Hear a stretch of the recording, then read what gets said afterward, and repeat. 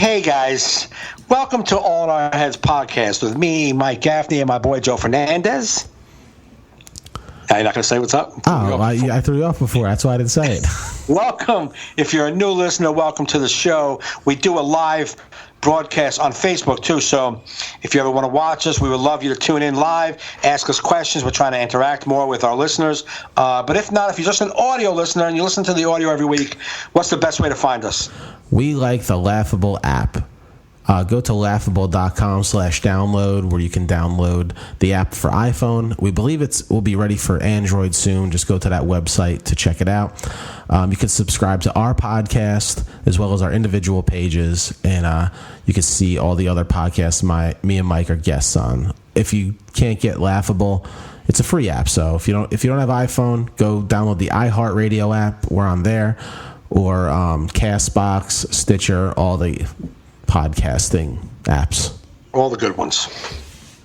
And before we get into this episode, I just want to let you know that a friend of the show's and actually a fan of mine who met me at Bananas and became a fan, came to a few shows of mine. Her name is Danielle Lembo. She died in a car accident this past week. What a shame. 48 years old. So, if you do any of that praying stuff, looking up, say a little prayer for her and her family. But, yeah, rest in peace, Danielle. Thank you for always listening. Sad. Very sad, man. I saw that come in my feed today, and I was like, damn, car accidents. Just... Yeah. But, anyway. We went live today on Facebook again. It's our new thing. So if you're a listener of ours, go to our Facebook page at All in Our Heads. We're going to try and go live pretty much every week if we can. This week we talked about... we had a lot of technical difficulties we worked through live on the show, so we're leaving that in there. We talked about my son aggravating me. We talked about Joe's creepy castle, and we talked about, like the women, like sexual harassment and the John Oliver thing with Dustin Hoffman. Yeah. A little bit of football, a little bit of baseball, a little bit of comedy. A little bit of everything, people. Thanks for supporting us. Check it out.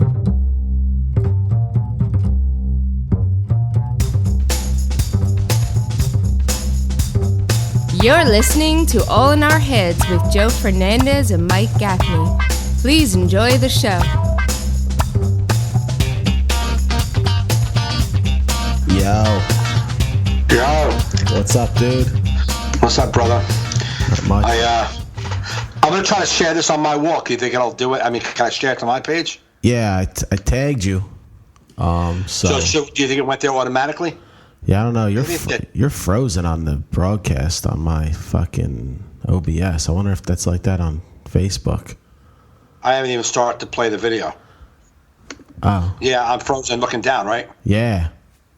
Yeah, what I could see, yes. I don't know why. That's fucking annoying. Well. I don't know. Figure that shit out. What? I saw it was like ice going into a glass. I know. I'm trying to. Of course, you're looking down.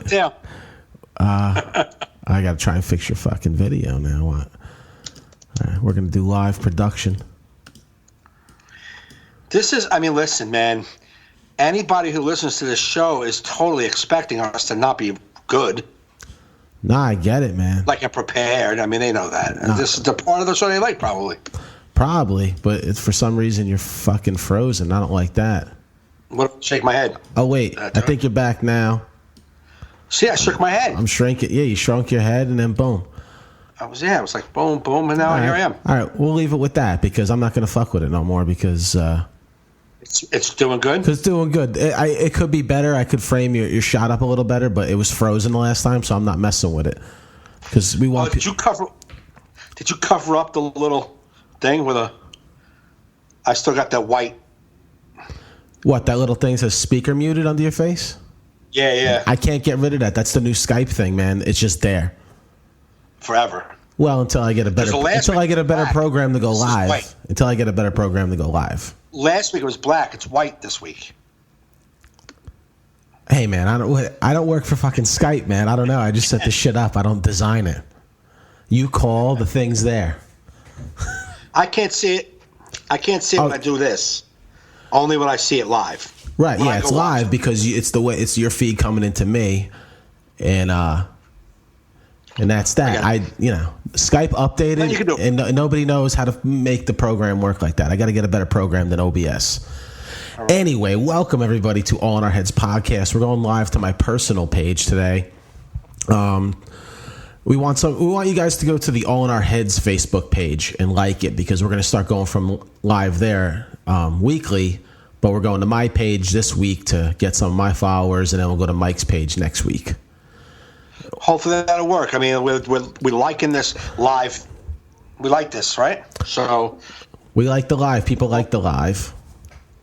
That's good. Yeah, and you could also subscribe to us with the Laughable.com app, iHeartRadio app, or the iTunes app. Just for the audio every week. So if you can't watch the whole video, who's going to sit and watch us for an hour?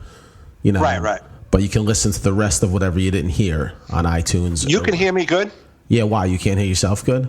I can't hear myself well. Well? I don't hear it that good. I hear you loud. I don't hear me loud at all. I don't hear me at all, actually. I hear me because I'm talking. Oh. Well, hey, listeners, can you comment? Do you hear Mike? Because I hear Mike. Let me just make sure everything's working. Hello? We got like 8 people watching. Somebody comment if they hear Mike. There's only 2 buttons. I probably should have read this. Mm-hmm.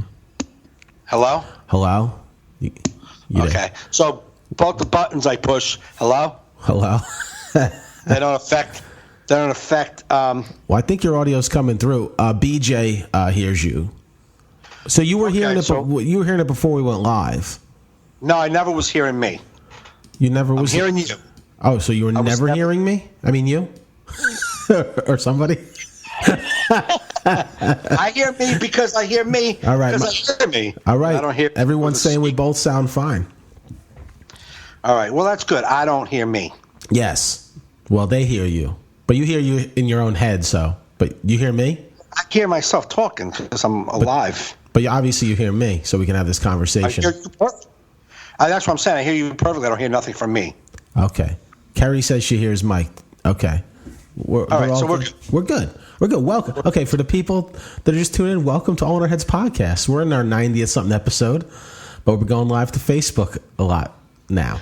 So, but see the graphic on the bottom? Go to the Facebook page, All in Our Heads podcast, after you're done watching this, of course, because that's where we're going to go live in the future. So we want a lot more followers on that page. So that's that. People new to the podcast, it's just Mike and I talking shit about whatever's going on with us or the news or our comedy gigs. And that's that. What do you got going on, Mike? Nothing much. I'm gonna while we're doing this and talking, everything going on. I just don't like that I have to. I'm not in this headset. Mike can't hear you. Mike can't let go that. I can't hear me. That he can't hear himself. You hear yourself in your own head. I can't. You never dude. 3 weeks ago, if you go back to the podcast, you're like, I hate headphones on my head. Now you're Mr. Headphones and you need them. No, I forgot to listen to you. Oh, but you're hearing me. You're just not hearing you. Yeah. That part, I don't like the fact that I'm all muffly either. Oh, you're muffly. To me, because I got these noise-canceling headsets on. Oh, well, it's canceling your whole fucking... Yeah, my noise. Did you buy Gaffney canceling headsets? Yeah. It cancels all my internal voices. Nice. That's what you need. You need a fucking headset that cancels internal voices. Bro, I would pay... I'd remortgage my house for something that could turn off the internal voices in my head. Wow, those are the new Google noise canceling? No, the Google internal noise canceling. Google don't kill yourself earphones. What? We embed them in you. We just whisper good thoughts into your head. All right, Google. Finally. It'll be something that'll make me insecure. Though. I'll be like, all right, these Google ear things will make you not have negative thoughts, but you'll find a way. But they make your head stretch out, like they make you look weird. Like you're like, all right, I feel good now, but I look like shit. You're self-conscious. I'm self-conscious. Yeah, like you can't give without taking. No, I feel great, but why does my head got to look like I that? feel great, but everyone's staring at me. Am I paranoid? Do I have Google Paranoia headphones? Because now I'm paranoid. So it's weird. So my computer noise, like anything that's coming through the computer, like I'm getting like notifications are binging through the computer. But your Skype is coming through here. Well, that's what. But not my. Oh, not your Skype. I know, but yeah, right. But other noises are coming out of my computer. Like my whole computer, wouldn't it all come through here? Yeah. Hasn't it been in the past? Or you don't know because you never wear headphones before. No, I've been wearing headphones, but I haven't been using a microphone. Yeah, but so you were using your Bluetooth headphones as a microphone, so that's why it was all kind of working. But before that, when you just had a microphone, you had your headphones plugged into the microphone. I had them plugged into the mic. Yeah, what we got to probably do is get you a splitter or some shit. Well, this only has the one USB that goes into the computer. All right, well, I'll give you a tutorial you can follow for next week. I'll read about it, see if I can figure it out. Yeah. But that's got to go away. Okay. Yeah. Well, this is like a tech talk, All in Our Heads podcast. And I'm going to let go of the speakers, I promise. You're going to let go of the speakers? See? You there? Yeah. I'm here. So here's the problem. Dude, we're like, I can't listen every week to these motherfuckers. They can't even get their microphones working, man. Fucking listen to me. This is the things that drive me mad with technology. I want to mute the bing on the notifications, but then it mutes you. Scott Brennan says this should be called Retard Tech Support with Mike and Joe. Thanks, Monkey Boy. Shut up for a minute. I need to get this figured out before I shoot. Did I ever tell you my grandma has a sculpture of the Last Supper at her house, a 3D sculpture of the Last Supper, and they all look like Scott Brennan? I gotta find out where she got that. I gotta get that for him for Christmas. It's insane, dude. You walk by, you're just like, Scott's looking at me while I eat because it's in her dining room. Right. It's pretty remarkable. I should tell my aunt to take a picture, and I'll post it on Facebook. So no one's concerned as I am. No, everyone hears you fine. They're like, listen, we hear you. We want we want your show, but apparently you guys want to work through your problems technically. You can't talk while I poke around? No, it's a conversation. I'm just going to talk to myself. It's a conversation. How many times do you say, I'll be right back? Don't you're a comedian. Yeah, but that's when I have to leave the room. That's when I have to leave the room. Well, make believe I'm gone. No. I'm not feeling like that tonight. All right. So what else is going on with you, Joe? You can't. I asked you that question. You can't come back to me with that. So what's going on with me? You want to know what's going on with me? Yeah, it's called All in Our Heads. What's in your head? You want to know what's going on with me? Well, what's going on with me is I can't fix my fucking computer to work with Prior to that. Prior to that, I had nothing going on. All right. Nothing. I mean, I really don't want to go through my shitty life day by day to catch us all up from last week. What? Your life's been that shitty? It's not great, Joe. It's not amazing. It's not an amazing life. All right. We don't have to get into. We don't have to get into your life, but you got any like? All right, I'll tell you what happened. Here's one thing, big fucking thing that was weighing on me for a couple of days. My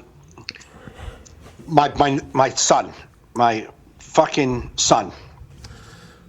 He went to L.A. He's in L.A. right now. Okay. So he left Friday. And he's coming back Wednesday. Tomorrow. So this is how it went down. About fucking 3 weeks ago, he texted me, "Hey, Dad, can you look for cheap miles for me? Or like, can you use your own miles to get me a trip to L.A.?" And I'm like, "Well, I don't have any miles. I don't know who the fuck you think I am. What kind of credit card? Who's giving me a credit card that gets miles?" Okay, I have miles. I have enough miles to get you free internet on a flight if you want those miles. Yeah. But you have to pay for your flight. So I said, he goes, "Or you can just help me pay for it." He goes, "I have $125 on me right now. I'm selling my cell phone through that Gazelle website. and I'm going to get $120 off of that. So that's $245, and the flight is $283. So he's like, I need like $40 roughly. And I was like, all right, you need $40 right now? He's like, yeah. I'm like, but how much money do you have right now? He's like, $125. I'm like, and when are you going to get this Giselle money? He's like, I don't know, whenever they send you the box. I'm like, when is this trip? It's like December 1st. I'm like, yeah, you're going to need to buy tickets a little quicker than your Giselle money's coming in, buddy. I'm saying, I said, so I went and found a flight for $300. Like, that's on Virgin Airlines, which is awesome. Okay. His friends were going on Virgin, so he was like going to be on the same flight with his friends. Okay. And I got like the $20 insurance plan, like just in case, because they're young kids. In case one of them like, dude, I can't go today. I got to go tomorrow. You know what I mean? And they're like, we got to switch airfare, and it costs you $150 to do that. Right. So I got the $20 insurance plan. So it's $303. So I said, listen, I'm going to put $200 towards the trip for you. I'm going to buy the whole thing, but I'm going to put $200 towards you for Christmas. Okay. So we're going to spend all the money anyhow. You just wanted $40 from me. I'm going to pay $200. When you get your Gazelle money, you can throw it to me. Gotcha. And then about a day later, I was like, you know what? You're just starting a new job. Keep the Gazelle money until you get back. This way you have some money for the trip. Okay, cool. Thanks, Dad. I appreciate it. You got it. His Friday is his flight. Wednesday, I pick him up. We go get something to eat. I'm like, listen, how much money do you have for this trip? So I don't know, man. I might have like $35. $35. That's what you're gonna have in his pocket. Oh boy. To go to L.A. Yikes. So he's like, but I think I'm gonna get an extra 100, so I'll have like 135. I'm like 135 for 6 days in L.A. He's like, yeah. Huh. I'm like, I really don't feel comfortable with you going to L.A. with $135 in your pocket. It's not a lot. And I'm like, I don't want that. I said, so when do you get paid? He's like, I get paid on Friday, but his flight was leaving at 11 in the morning, and his paychecks get to his job at like 1 in the afternoon, so he'll miss it. I'm like, that sucks. You tell me how much you're getting paid, I'll give you the money. This way you'll have the $150 for the trip, plus the $150. You'll have like $300 for your trip. Right. A lot better, a lot more comfortable for me. I said, what I'll do is I'll put half of it in cash and half on a Green Dot Visa card, a prepaid Visa card. Mm-hmm. This way, if you have an issue, I can write from my Green Dot Visa card, put money on your account. Like, say you get lost, say your friends leave you hanging, say you get robbed. Yeah. I just want to send you money real quick. He's like, oh, no. I'm like, and you don't have a checking account, so you can use this as a checking account when you come back from the trip. You tell your company this bank account, and they'll direct deposit your money immediately. You get it on Thursday instead of Friday. It's a great thing to have. Why not have it? He's like, nah, I don't feel like carrying it around. No, I don't want. Just give me cash, or if you want to. I'm like, no, I'm going to give you cash, but I want you to have a little something that I can reload in case of emergency. Okay. Instead of trying to find a Western Union, you know what I'm saying? Like, what are we doing here? Yeah, that shit, Western Union, I haven't seen one of them in fucking... They're around. Yeah, but with apps and shit, you can't just do PayPal and... Yeah, but he's got nowhere to get it. Oh, to get cash. Okay, yeah. I'm saying, like, so if he needs money, right. He's fucked. I want him to have that credit card. I was going to have a PIN number. Take it. He's like, nah, that's too much. I'm going to get a checking account when I come back anyhow, so I don't need this checking account. I'm like, all right, then forget the checking account thing. Just hold it for security for me to have peace of mind. No, but my friend has PayPal, so what you could do is send me PayPal. I can send my friend PayPal, and he has a Visa card that he could take his PayPal. I'm like, whoa, that's easier? That whole trip is that thing, send you money on your PayPal, you'll send it to your friend, he'll take it off his credit card, is easier? Me just giving you this fucking Green Dot card and you having it forever? In his head, yeah. So I'm like, no, I'm not doing that. I'm going to give you a fucking credit card so you have it. I can load it up in 1 second it takes me to send you money. And you'll have it forever. And this way I know you're going to be safe. Oh, yeah, I guess. I don't know. So we got into a big argument. And then finally, Wednesday night. Wednesday night he was like, okay, yeah, I'll take it, I guess. So Thursday night, my mom's like, I'm going to give him some money for Christmas. So my mom gave him $200. He didn't know this. I go to CVS, I'm going to buy him a little card, or I'll buy him a little bag of snacks. He's going to have $200 cash, and I was going to put an extra $50 on that fucking card for me. You know what I'm saying? Yeah. And this way he'll have $250 plus the $130. You're looking at almost $400. A lot more. You can relax now and do your shit. Yeah. So I call him up from the store. I just wanted to make sure that how much money he had. I'm like, how much money do you have? Just want to. He doesn't have no idea about all this extra money he's going to get. He's like, well, Mom gave me $20. I'm like, all right. So what do you have now? He's like, well, 135 plus 20. Like a dick. Yeah. And I was like 155, I guess. I'm like, anyway. And before I can say the next word, he's like, Dad, don't give me a green dot card. I'm like, no, I was just going to, I'm telling you, don't give me a green dot card. I'm not using it. And I'm like, I'm just wanting you to, for emergencies, you could take all the cash off, just hold on to the card. I'm not carrying it around. Not happening. Yeah. I'm like, I don't understand what the problem is here. So before I can say words, he's just telling me, nope, don't give it to me, Dad. Don't be mad at me because I'm like, I'm mad at you because I'm trying to talk to you. Nah, I don't want it. Don't even talk to me about it. Like being a dick. And he's like, and you want me to pay you back? I thought this was for Christmas. I'm like, hold up. I didn't tell you I was paying this whole trip for Christmas. I told you $200. So far, you're $500 in the hole, bro. You know what I'm saying? Like, it was $300 for the flight. He asked me for another $15. He owes his friend $150. Like, you got a lot of money owed out. You might not actually afford this trip if I gave you that $40 you originally asked for, you fucking moron. You know what I mean? Like, that's kind of basically what I felt like. I should have just gave you the $40. You'd be sticking home in your fucking house with your thumb up your ass while your friends are in L.A. You wouldn't even be there. Yeah. I was doing it like for and it hurt my feelings, bro. It hurt my feelings so much. He was like, and you want me to pay you the money back you're going to give me for being here? So I'm like, yeah. Yeah, you want money? I was going to give you an extra $100, but this is before he knows that he was getting all this extra cash from my mom. So I originally said, I'll give you your paycheck, and you just give it to me when you get home. Yeah. If he got paid Friday morning, he would have went to his company, got his paycheck, and then he would have had that $150. But he didn't. He left before the paycheck came, so I was like, I'll substitute it. I'll give you the money, and you just give me your check when you get home. Not, oh, you don't want to pay it back? You just want it for free. Huh. But the way he said, like, and now you want me to pay you back, I thought it was a Christmas gift. Hurt my feelings, man. And I was in CVS, and I got really sad. It hurt my feelings big time. Yeah. And I was like, you know what? Fuck you, man. Go fuck yourself. I don't care how you get to the airport. I don't care how you get to Vegas, to L.A. Take care. And I hung up on him. That happened today? That happened Friday. Thursday night. Oh, okay. So then Friday morning, he doesn't talk to me. I was like, I told him this whole text. He's like, you know what? I just don't want a green dot card. His sister's like, what the fuck is your problem? It's a gift card. Does he not understand what it is like, or it's just too much work for him? He doesn't. He understands what it is. He doesn't want it, and he will not tell us why he doesn't want it. Now, people think because he's probably going to buy weed with the money.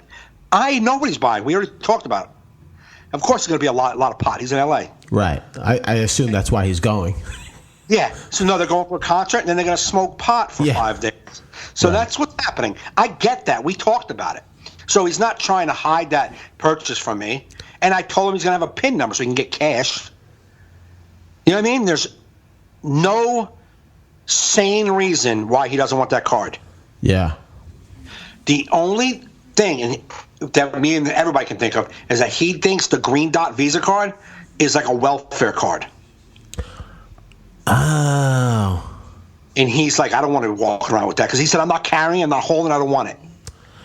All right. And that's the only thing that can make any sense, but it's a I text him. So he just doesn't get it. So he just doesn't get it. Yeah, see, to him, PayPal to his friend gives him cash. That makes sense to him. That's right. That's the way we, you know. And I'm so frustrated at that, and I'm like, I just want to hand you a card. It's a credit card. And I kept saying after I started texting him this morning, I'm like, it's a prepaid credit card. It's a prepaid credit card. That's all it is. And he's like, well, if you wanted to help me out, you could have given me cash. Like, and if you wanted to help me out and feel a little more secure with you being in L.A., you would have taken this fucking credit card and held it in your pocket. What am I asking you to do? I'm asking you to hold a empty credit card just for my peace of mind. Yeah. I paid for this whole fucking thing for you to do. All I'm asking you to do is hold on to this credit card for me, so if you need money, I can securely, peacefully give you money and not even sweat it. That's so hard? Yeah. Yeah. Yeah. Yeah. So I never went to the airport. His grandmother took him to the airport. We didn't talk. And then finally, the night before, like Sunday night, I said, hey, Mike, I love you. Sunday during the day, I said, I love you, buddy. And he texted me back, love you too. That was the first time he talked to me. We sent him $200. My mom really wanted to give him that. She felt good to give him that. So she sent him $200 through PayPal. That he gave to his friend. They took off his card. Yeah, that's his green dot card. That's what he knows. I don't get it, man. I really don't get. I don't get why you would be so adamant and fighting about it. I'm trying to give you free money. You want some? It's on a card, though, that you take off with a PIN number. Well, because he's young, he don't get it. And he was just like, why aren't you just doing what I know? Yeah. And I'm young. I don't want to deal with this, so. We were there. Things, I get it, but at the end of the day, when I say I just want it for my peace of mind, I'm not giving. You could take the money right off. You could take the money off right in front of me. Go right to the bank before you go into the airport. Take it right off. Just hold the card in your pocket. Yeah. It's that simple. He's telling his sister every night, those cards, man, like I'm telling you, he researched the card because he started sending her screenshots. Look, they charge you like $5 a month. They want to charge you a monthly fee, and I don't want that shit. Like, what are you paying? You didn't pay none of it. It's free, you dumb fuck. I was so angry, man. And that's where, like, he hurt my feelings. I hung up on him, called him right back, and then I called him names because I was hurt. Yeah. And his feelings. So I feel bad for that. I was so frustrated, but I do feel bad for calling him names. It bothered me so much, man. It just made me so angry. Yeah. And, like, you're not just telling me to give you money. Fuck you, man. I'm trying to help you. I'm not trying to... I offered to give you extra money. I offered, hey, man, I want you to have extra money while you're there so you can do whatever you want and enjoy yourself. Yeah? Give it to me cash. I'm not going to give it to you in a gift card. Nah. Don't give it to me in a gift card. Like, what are you, fucking nuts? Yeah. And that's how I took it. Like, you want my money the only way you want it? It's not. I owe you. Yeah, man, it's the new way. It's the new millennium, man. I've done gigs where I'm like, yo, when am I getting paid? They're like, you got Venmo? I'm like, no. I got no. I go, no, I need. I'm what? No, give me cash. Like, I can Venmo it you. I'm like, I don't have Venmo. I'm not like, you have PayPal? I'm like, I got that. So then they PayPal me. I'm like, all right. Yeah, I don't mind a PayPal. Yeah, that's fine. But it was like, like, especially when you're working with someone, you don't know them, and they're like, yo, I'm going to send it to you electronically. You're like, give me the fucking money. Yeah. Like, you don't like leaving a gig without the money. That's my question is, did you know this was tonight the gig? You did. You kind of know. So when you're on your way over here, how do you get the money into your PayPal? How do you get it in there? You got a system? All right, whatever fucking bank you're using to load up your PayPal, why don't you stop at that and get the cash? Because you were going to see me tonight for your fucking show that you know was happening. Yeah. Yeah. No, because it happened to me one time. Somebody's like, yeah, I'll PayPal you. I'm like, all right. So it's like fucking 4 days. I'm like, yo, dude, when's the PayPal coming? And he's like, oh, yeah, sorry, I forgot. Of course you did. Because why would I be on your mind? That's why I wanted the cash that night. I don't even know you. Why would you be thinking about me 5 milliseconds after I walk out the door from your gig? That's why I wanted you to give me the money. It wasn't like you owed me thousands of dollars. Right. It's like $50. It's like, now. Yeah, come on.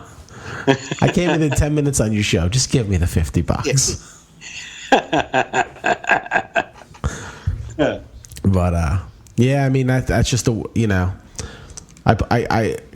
don't say like I see your son's side, but I've been there, with Right. ours. You know what I mean? Yeah.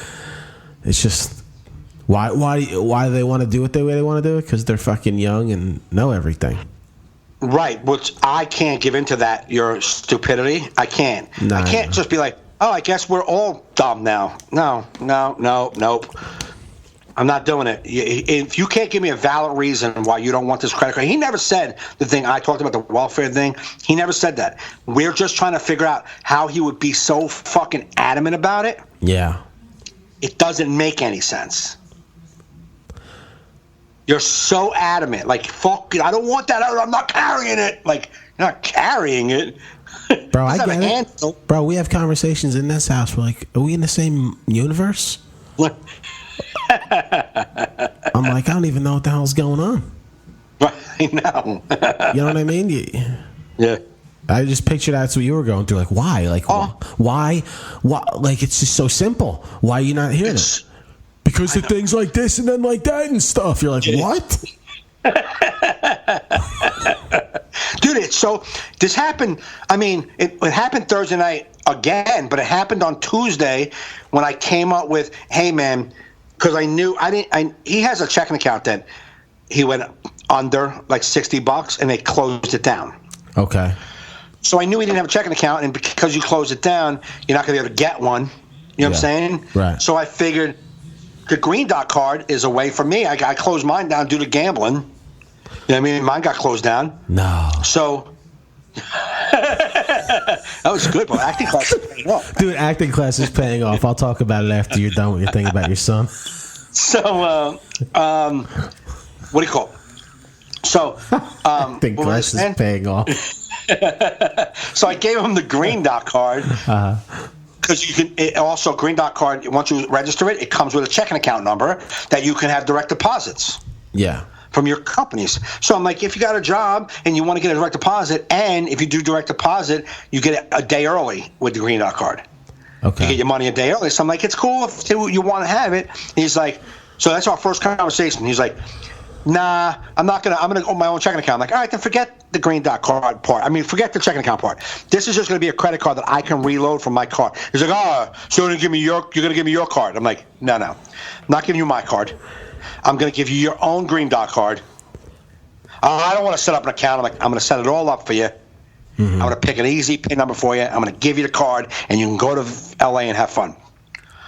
But this conversation we're having. I don't want to give my company all this information. I'm like, you don't got to give your job the information because you don't want to use it for that. I'm just going to give you, it's like a gift card. I got to set up accounts and like, my company needs, now my job needs to know about like my PIN number. I'm like, no, Mike, what the fuck is happening right now? I'm going to give you a gift card. That's what I'm going to give you. A $50 gift card. He's like, but it's not your card. I'm like, no, it's going to be your card. Your own gift card. So this was on Tuesday. He's like, I snapped because I'm saying like normal basic sentences. Uh-huh. You know what I mean? Like really simple sentences. I'm going to give you a $50 gift card, and then you can take all the money off. You can use it on the flight to buy stuff because on a flight you need a card. They don't take cash. So it's a 5-hour flight. You can swipe it, buy yourself some food, rent a movie, whatever you want to do. You have the card. It's just nice to have. So when you're sitting on your flight and your friends are fucking eating and everything, you have a card. It's just something for you to do. And he's like, all right. Then this was Tuesday. Oh, yeah, okay. All right. And then Thursday night, right off the bat, yo, Dad, to be honest, I don't want that Green Dot card. What do you mean? I'm not carrying it? Don't even give it to me. That's a different planet conversation's happening. I have no idea what's happening, and it made me so frustrated. BJ says, I love watching Joe as Mike is talking. Yeah, that's why I stare at all day, too. My eyes are probably dark, so I'm looking at the levels of the mixer. I'm making sure we're recording. Yeah, you're all over the place. You're always over the place. But, you know, that's how my face is always when there's no equipment around. I'm darting all over. Yes, exactly.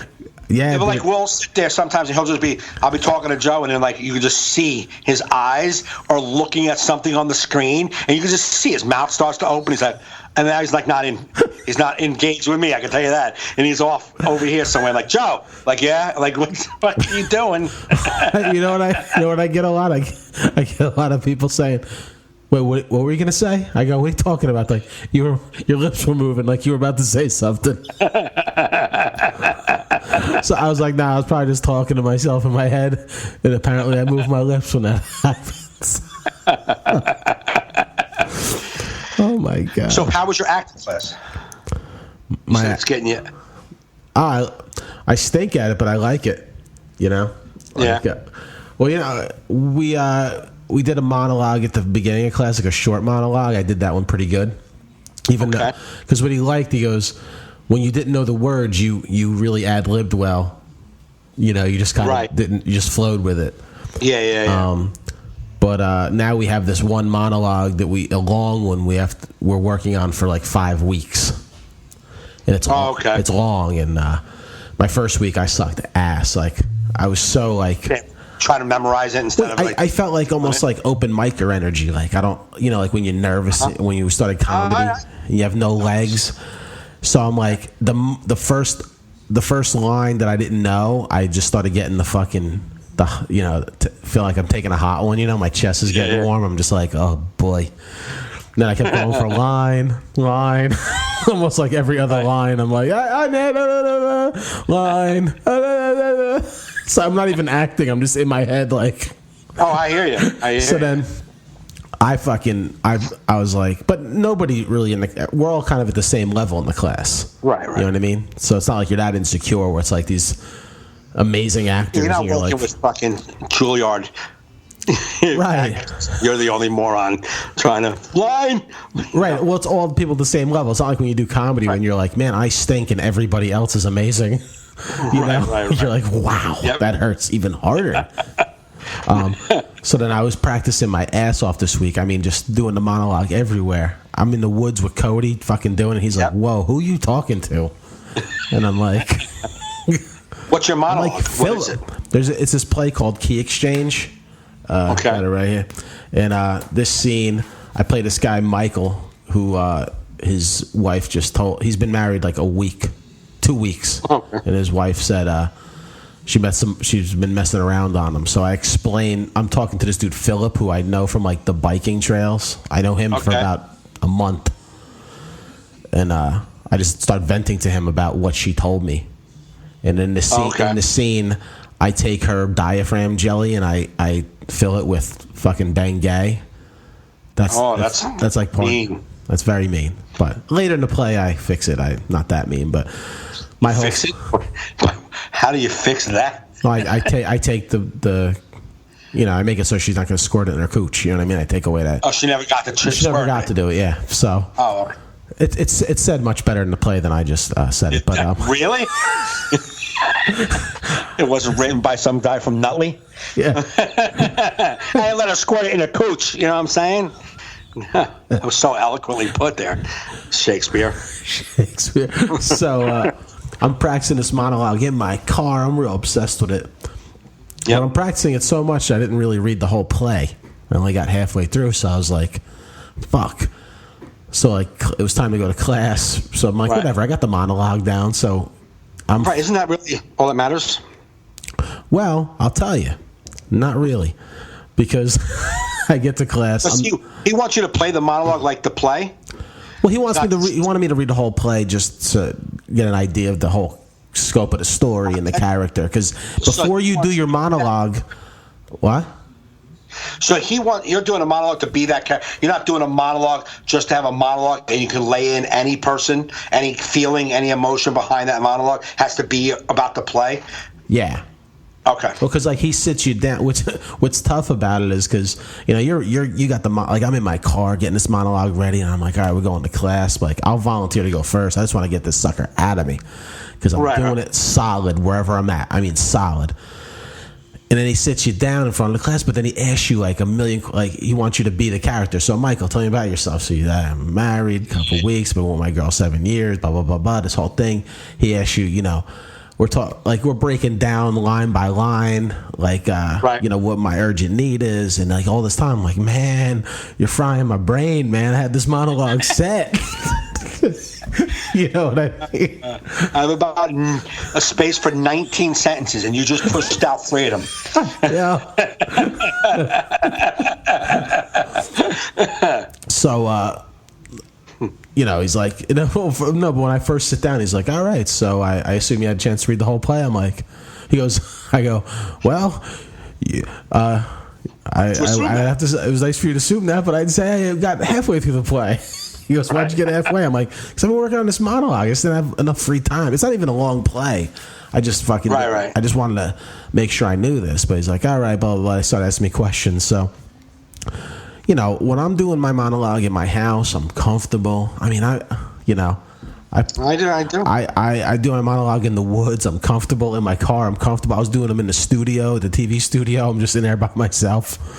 It was funny. I was in the TV studio late night, and I'm just going over the monologue, and the cleaning crew comes in. He's like, "Oh shit, are you recording?" I'm like, "No." He's like, "I heard somebody saying shit." I'm like, "Nah, it's just me failing."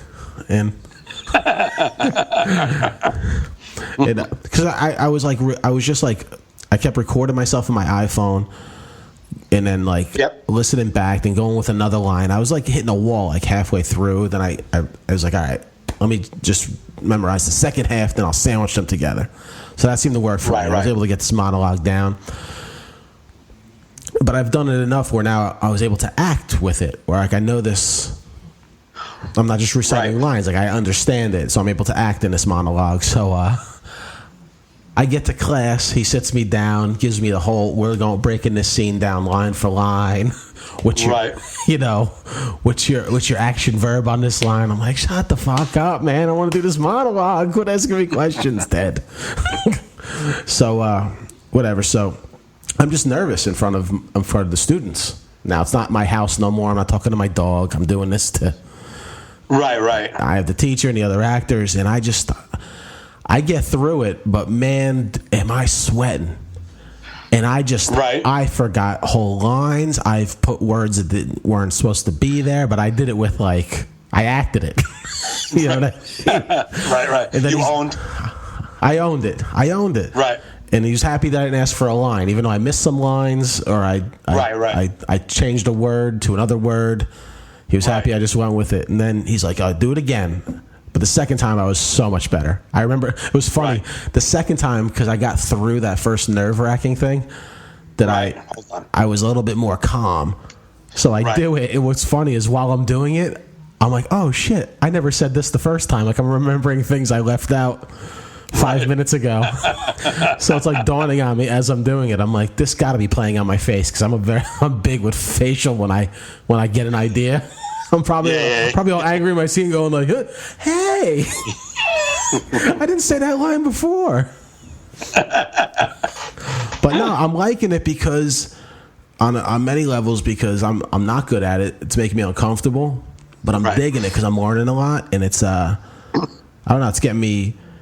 I don't know, it's really, I'm learning. What's cool about this class is you learn how to break down a scene line by line. Right. And I don't know, I'm really digging that. You know what I mean? That's good. And and he recommended me to this, me and some other actors, and I mean, there's only a few of us in the class, but these with the college to act in student films if we want. Okay. Recommended us to them. So anyway, I'm digging it. I think that's good, man. I'm gonna keep going with it until I totally suck where I feel embarrassed. Right. You know what I mean? I'm just going to keep riding it because it's definitely...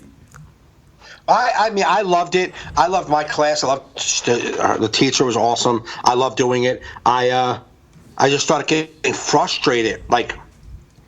Whenever the last class, I just started getting frustrated, man. And every week I would come in with these monologues with this, and she's always like, do this monologue, try this monologue, it's a different monologue, give this one, I want to hear that one again like this. It's it was just overwhelming for me, and I kept feeling like maybe I can't do this, maybe I you had to memorize long monologues. Yeah, and see, the thing is I have a good memory, but I'm very good, I can memorize a whole script. I get stuck on the memorizing instead of being in the moment. So there's monologues that were made for me just to speak. Just say the motherfucking monologue. Just remember the words, say them now. Mm-hmm. But I would be reciting them. Yeah. That's not what you're supposed to be doing. And I would be so this one big monologue was long, fucking long monologue, and so I would be saying it, but I'd be just reading it in my mind, and like because I didn't want to get lost. Yeah. But in shorter monologues, like the ones that were like 20 sentences long, you know, I can fucking remember and kind of bang it out. This last one was so like long, and she kept saying, "Do it like Vince Vaughn. Do it like Vince Vaughn," because that's how everyone sees me. When I talk like that, everybody sees me as a Vince Vaughn type of character. She's like, "Do it like that. Do it like that." And I'm like, "I get what you're saying. I am that. I don't need to do it like that." And she's like, "Yeah, what you're yelling at me right now?" You know, yell at her. It's like how you're yelling at me right now. Do the monologue like that, and then I would get into the monologue. Bring your hatred towards me to the role, Michael. She's like, just do it like that, like talk like that, and like everyone's like, "Oh my God, just how you were passionate about you trying is how you got to bring it to that." I'm like, no shit, because these are my words. I'm saying very simple to be passionate and act them out because they're coming from my brain. Yeah, like they're coming from me. The monologue is something I'm thinking. I'm like, this is the words I say in this monologue. Like, yeah, and that's not. And I just couldn't. And she don't want you acting. See, our class is a different class. See, she's giving you a monologue because she wants you to memorize the words, and the words are just in the back. They're like the subtext of what's happening. And now she can say, act like you have like say that monologue, but you're from the South and you have a stutter. You know what I mean?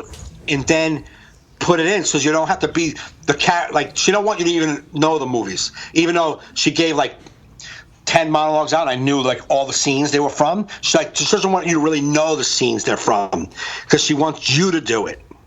That's weird. She don't want you to be the character. She wants it to come from you, the monologue from you, because it's a monologue. It's not a scene. It's not a movie you're playing. You're just doing a monologue. And that monologue, if you were going for a butcher, you could do any monologue. You're not going to do one that a butcher would do. You could do any monologue.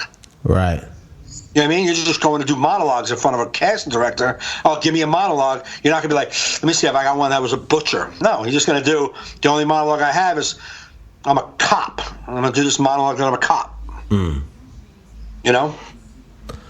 Yeah, this is like my acting teacher, Ted, is just like, is a theater guy. So this is all about like reading the script, you know, figuring out the character, like, you know, how the playwright wants it. Yeah. You know what I mean? Well, that's how. I mean, you put your spin on it, like you try and find like you in it. It doesn't like there's no like direction, like, you know, like to act like this. No. You know what I mean? Yeah, but we did that with scene study. That with monologues, we didn't like monologue reading. It was like a whole thing. TV auditions, TV and theater audition class is what we did. On screen auditions. She just wants you to learn monologues. Okay. The class before that was scene study. So we did scenes, and you wanted to be the character. She gave you movies that you like. She gave John Clark did Mice and Men. Oh yeah. So he was. He played the retarded guy in it. I can't think of it. Yeah, forget it. Oh, no. Yeah. Lenny. Yeah. He played Lenny. I couldn't remember the name. I know. I liked watching that word explode out of your brain. You're just like, he played the retarded guy? I try to think of another way to say it. I'm like, I don't know how to say it. So he played Lenny, but we all know the movie, so he couldn't play Lenny like as a fucking black blues singer. You know what I'm saying? Like he had to play Lenny. That would have made that movie awesome. It would have been. But we played the scene out. We had the scene. We laid out props. We played the scene out. So we all had scenes from plays. And she tells you when we were doing the scenes what play it was from, what the actors were about. You can read the play if you wanted to, but just know the scene. Yeah. And she gave you background on the character. But when we did monologues, it was just words from scenes and from movies and from plays. But that didn't matter. It didn't matter. What is this from? Doesn't matter. Those are the words. You put your own feeling behind it. Yeah, You know what I mean? Yeah, that seems more advanced than what I do for shiz. You know Right. what I mean? For shiz? Fuck, infiltrated that microphone. For shiz. You're a fucking 43-year-old man. I know. I said it in joking fashion, bro. I don't talk. Not. You said it with passion behind it. You were committed to fascism. I don't talk like that. When did I? I didn't say you did, but you did. I'm not saying you didn't, but you did. You did. I'm not saying it's called acting, Michael. My ass. Fascist. It just came out of you. It did. Whatever. Hanging out with a black guy. Yeah. Hanging out with a black guy. So, Matt, acting class is Monday nights for you? Monday nights, I got 2 more, and then we'll see if I continue on. But I like it, so I don't see why I wouldn't. The dude Ted is a good teacher, man. Give us the first 2 lines of your monologue. Okay. See, what now? Remember, you told us all about it. You walked through the mountains. You got your car. No, but I got the giggles now. I can't do a serious monologue. Serious one? Yeah, man. He just found out his wife just told, and he's. Yeah. Let me see if I can compose myself. I don't know if I can to do it. Action. I can't believe it. We're in bed. I'm trying to get something started. Why are you laughing at me? I was in the moment. You sounded like John Travolta for a second. I can't believe it.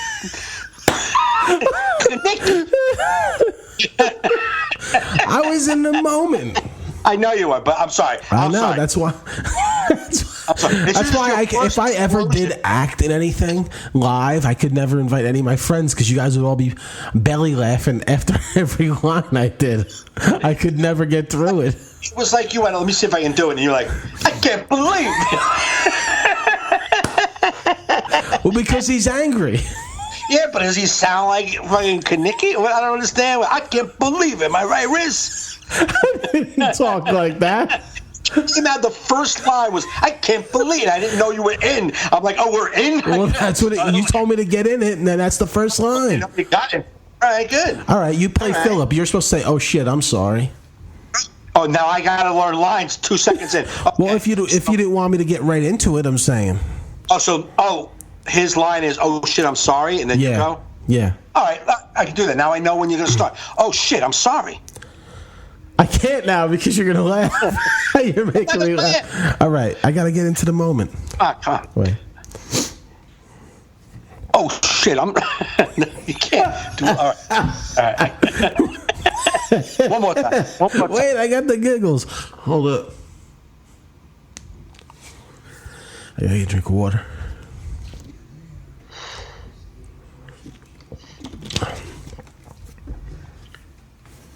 I only have 1 line, so I can just get through mine. Go ahead. Oh, shit, I'm sorry. I can't believe it. We're in bed. I'm trying to get something started. She up and turns on the light and starts to cry and says, we've got to talk. There's this man, Michael. You've met him, Eric, the musician. I don't know how this happened. We have feelings for each other. I've been trying to rationalize them away. Pressure from the wedding, the intimacy of working together, but I can't. I'm with you now, but I'm thinking about him. And that's not fair to either of us. I can't sneak around on you. I have to figure out what I'm doing. I can't just live in this limbo. Then we're in the bathroom. She starts packing all her makeup and shit into a bag and telling me it's nothing I've done. This Eric guy is totally different. They connect on a whole another level.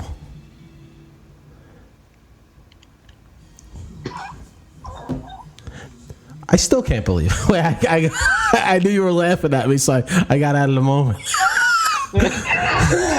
But I was more than halfway through that monologue. I was about halfway through, but I saw out of the corner of my eye you with your notebook up on your face.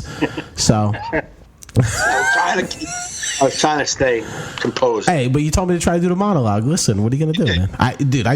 When I can walk around and sell it, I do it pretty good. All right, good, man. I'm just saying, it's not meant for a podcast. I know. I did my monologue on here the last time. I know it's not meant for a podcast. It's not easy. Yeah. So there you go. Little Acting 101. A little acting with we were up to like 15 listeners. Now we're down to 2, but it's 8:30, so maybe people watching primetime TV. Probably, maybe. No, nothing to do with us fumbling around for 15 minutes, me trying to figure out my headset. No, yeah, we'll have to get that in order for the next podcast. Yeah, it's good that Mike has a microphone. Yeah, really. Big step in the All in Our Heads podcast. It's been months. Yeah, it's good. Now, I'll read up on it and figure out how to get this to work. Do you have any good gigs this weekend? This past weekend? What did I have? Holy shit. I don't think I had any. No, wait. I don't remember. Did you drive to Albany or some shit? Friday night I went to Albany for a fundraiser, a holiday party at some restaurant in Albany, and it happened to be, and I fucking knew it right after my set, it happened to be the same holiday party that I did 3 years ago in Albany's Comedy Works downstairs, when the owner of the fucking company was sitting right to the stage left, talking the whole time. I kept yelling at him, and he stood up. It was like, he kept saying, I want to go to the bathroom, but I don't want this guy. And I'm like, dude, you saying I want to go to the bathroom is more disruptive than getting the fuck out and going to the bathroom. And I didn't know who he was, and he came back in after the bathroom. He's like, I'm back, everybody. He was such like a mook from Brooklyn. That was this year or the last time? That was 3 years ago. Same fucking company, same owner. And this time, everything was fine. And there was a girl, a chatty, drunk broad, that I kept every once in a while going, shut up. Just having to tell her to shut up. And I said, what do you own this? You must be the boss. I always get you guys up here, the boss is always, but I didn't know them yet. And they're like, no, the boss is in the back. And a couple people laughed. And I looked in the back, and I was like, you're the boss? He's like, yeah, what's your name? And he said his name. I was like, in my head, I was like, this motherfucker. That's the same guy from 3 years ago. And it was. The same guy from 3 years ago when I said, why don't you shut up, bro? No one here wants, because he kept saying, what, everybody? I'm like, no one here is ever paid to see you. And he goes, I didn't pay to see you. Well, that's what he said to me 3 years ago. And I was like, yeah, you did. You know how? This is before I knew he was the owner. I'm like, looking around your eyes. You see those lines in your eyes from working hard all day? You probably had to get up like 6 in the morning. I got up at 7 tonight. I said, that's how you paid me, with your fucking life, with your hard-ass life. That's how you pay me. That's what I said to him. It's great for a comedy show. I don't give a fuck. You get Mike Gaffney, who he is, and then we'll go back to funny in a second. Was the crowd liking that, or was just you and this? I did well. Okay. I did real well. But anytime I interacted with him, they got uncomfortable, and I didn't know why until the end when they said that was the owner. I was like, oh, that makes sense. The one dickhead had to talk, and he said he didn't pay for it. In fact, if I knew he was the owner, I'm like, yeah, you paid for everybody. You paid for this whole show. Thank you. But I didn't know he was the owner until the end. There was that company. But they were really good. They were good people. It's an outreach program, I think, to mentally handicapped children. They placed them. I don't know what it actually entails, but it was a good group. But I didn't have anything Saturday. Yeah. So, sat home. Nice. What about you? Did you have anything this weekend? Yeah, I had a show that I actually forgot about until the ad for me popped up. I was like, oh, shit. Oh, the one with the castle? The castle. It wound up being great. Because at first it didn't sound like it was going to be great, because the booker called me. He's like, yeah, the tickets are kind of light tonight. I'm like, all right. He's like, yeah, we wound up doing a free comedy show there 2 weeks ago. I'm like, well, that's probably why they're light tonight. I was like, how was that one? He goes, it was like 80. I was like, all right, well, that's why they're... So then he's like, no, there's like 40. I'm like, 40's fine. It's a small room. It only holds probably like 100 anyway. And then we got there, and then these last-minute people just rushed in and like filled the place. Oh, nice. So like, you mind if we start late? We just had like 20 people show up. I'm like, no, it's, whatever. Yeah. And they were awesome. Who was on the show with you? Jackie Byrne, Don Michalowski, and KP Burke. And Yeah. Well, I knew you. What? I knew you. We were talking about your show. Yeah. Who was on with you, KP? And me. Oh, and me. Yeah, I know you. I'm acting. Part of my monologue. Acting like a moron? Like a moron. That's what we're doing.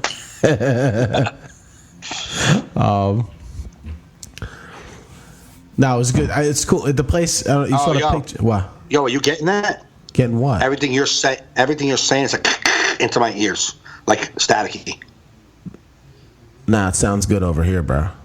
Oh, it's horrible over I here. don't know if it's staticky today. It's probably. Do you have Bluetooth headsets? Yeah, but when You I charge talk, those motherfuckers?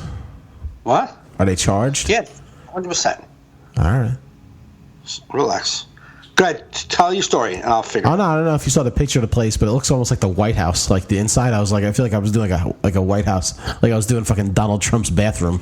Like it just was like just very fucking White Housey, fucking columns and shit. Fucking, it's like a spooky mansion. Where upstairs the green room had like these marbled babies statues, like in the corner. Right. Well, I hear myself. I know. I'm gonna take that off. Don't worry about it. Okay. I'm just like, nobody's leaving me in a room with these fucking, like, anytime, like, there's no way I was gonna be left in the green room alone with these crazy baby statues. It's like, I gotta get the fuck out of here. Then there's like all these pictures of old people, like on the wall, like black and white pictures that, like, you're like, are the eyes following me? Because I went up to the bathroom by myself once, which is on the second floor. Why are you blowing into the fucking microphone, man? See if I hear it yet, but I don't. Ah, well, you totally threw me off. You're just fucking blowing into microphones. So go ahead. That's Mike's. No, I'm just saying it was a spooky fucking haunted mansion I performed in. Where up in the bathroom, it's got like the old bathtub that's like in the middle of the floor. It can hold like 3 fat people. Like it's like huge, and it's like it's just spooky, man. They got like black and white pictures of people that probably died there. You're like I can't be up here alone. Wasn't that like a convent or something? Originally, it was a house. It was like this big mansion for this broad who was FDR's mistress. Okay. So the president banged there, which was pretty cool. That is pretty cool. I thought that was cool. And he banged on the side there, which made it even cooler. It wasn't just like, Yeah. you know what I mean? He banged the side piece there. Right. You're like, this is FDR's side piece place. Yeah. It's pretty cool. Rich history, Joe. Rich history. Rich history. And then it got sold. Nuns went there to die, and they would cremate them and shit. Like, you know, like a... This can't be in the pamphlet the way you talk. No, what? Can't be like nuns go there to die. Like this. They did. You word it better. Well, when I played there a year and a half ago was the first time. Right. They're like, yeah, this was like a place where nuns came to die, and then they would cremate them like on that end, and then I'm like, all right, nice. And then you didn't go anywhere near that. They go, I go, where's the bathroom? Like downstairs. I'm like, nope. Dude, I held my pee that first show, the whole show. Right. I was like, I am not going in the basement of a place where nuns were cremated. Yeah. Because if I see one floating by, I'm fucking out of here. There's no chance in hell. Did you pee this time? I peed this time because there was a lot of people there. Like when we were first up in the green room, it was me, KP, Don, and Jackie. So it was well lit, but they're like, you want to start the show? So Jackie goes downstairs, and I see the baby. There's the baby statues, like it's like like fucking statues of like what do they do? Like whittle stone? What is it? Like sculptures? Not whittle's wood. Yeah. What do they do with stone? They sculpt it. All right, sculpted stone babies, like holding each other, and it was fucking creepy. And I wasn't staying in there. So in the green, that's what was in the green room. In the green room, it was big. Had like a mirror, had like a fucking fireplace, and then the sculpted babies. And I'm like, I'm out.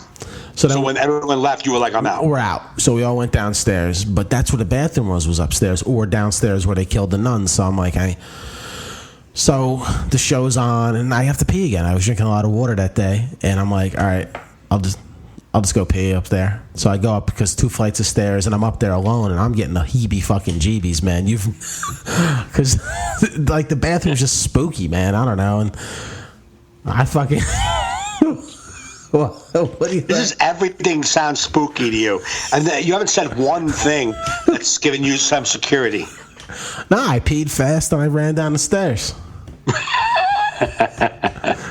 It's just your thought process. Like, this is all conscious thoughts. This isn't fucking, like fly-by-night thoughts. Like, I was thinking like this. No, you're really thinking it. Because you had, like, the whole thing, like, it wasn't that bad today because lights were on. There were a little more people. Like, that, like, ghosts are like, I can't even fuck around today. He's got lights on in there. There's people. Dude, I don't know. You're not afraid of fucking spooky mansions and shit? Like, alone, fucking dark wood? Yeah, I think they're creepy. They creep me out. They make me uncomfortable. You don't want to be there alone upstairs of a creepy mansion. No, probably not. It's eerie. This one is eerie, especially when you know that nuns died there and they cremated them, and Did you talk about that on stage? I did. I started that. That's why I started both shows a year and a half ago. And now, how creepy this place is, right, and that I don't walk around here because they killed nuns or some shit, and or they didn't kill them, but they burnt them when they were already dead. It was just spooky. It's like they got big cremated them, Joe. Yeah, you make it sound like there was a ritual. No, but nuns. No, but they got big wooden doors and shit, like fucking big like Viking doors, like you know what I mean? Like fucking, it's very Game of Thronesy. It's like Dracula. It's all of it, man. You're just like, I gotta get out of here. Dude, the fireplace is so big. You can walk straight into it. That's how big it is. Really? It's like fucking, like who makes fires like this? I guess changed it from you can walk straight into it to a little bigger of a human being. Yeah. Well, see, because me walking into it's not that big a fireplace. Yeah, that wouldn't have been like, oh, what? You're like, no, you can walk into it. That's a big fireplace. That's how big that fireplace is. You can walk into that shit. I can walk into a regular fireplace. No, but it's cool. You got to do this gig. I think they do like 2 a year. They do December, and then they do one in May. I should try and get you to do the May one. Don Michalowski. Oh, okay. But the people that run it now, it's owned by the school system, local school system. So they do like school shit there, and then they do these fundraisers. These couple times a year, and then they did a free one 2 weeks ago. Yeah. But anyway, it was a good show, and then and that's that. And Saturday? That was Saturday. I had nothing Friday, just Saturday. And now I got Uncle Vinny's this week, Wednesday through Saturday, and then I'm done for the rest of the year. Wednesday, Saturday, you headline. Wednesday, Thursday, you headlining? Wednesday, Thursday, I'm headlining, and then I'm featuring Friday, Saturday. And it was funny because I told Kerry, I go, yeah, I'm working Wednesday through Saturday, then I'm off the rest of the year. She's like, ooh, the rest of the year, a whole 2 weeks. Who were you working with? Corey Rodriguez, Friday, Saturday. Okay. Yeah. And I think KP's going to be emceeing those shows. Oh, 3-man show? Yeah, he's starting to let some people do it occasionally. So I think especially on the weekends because it's so busy, he doesn't want to have to deal with going up, Right. But he asked me, I got Jackie Byrne audition there tomorrow night on my show that I'm headlining. Oh, nice. So she's going to do a 15-minute audition. Cool. So that's that. I'm looking forward to it. I haven't been there in about a month or so. That's good, man. Good. I love that club. It's so good. But that's that, man. Nice. That's that. So this was a success, another live broadcast. That's it. We're done. Oh, I don't know, unless you got something else to talk about. No, I was going to talk about just what your thoughts were about Boone. Oh, Boone today. I like it. I know a lot of people don't, but I like that Aaron Boone is. Listen, I don't have. First off, I'll say I don't like that they fired Girardi.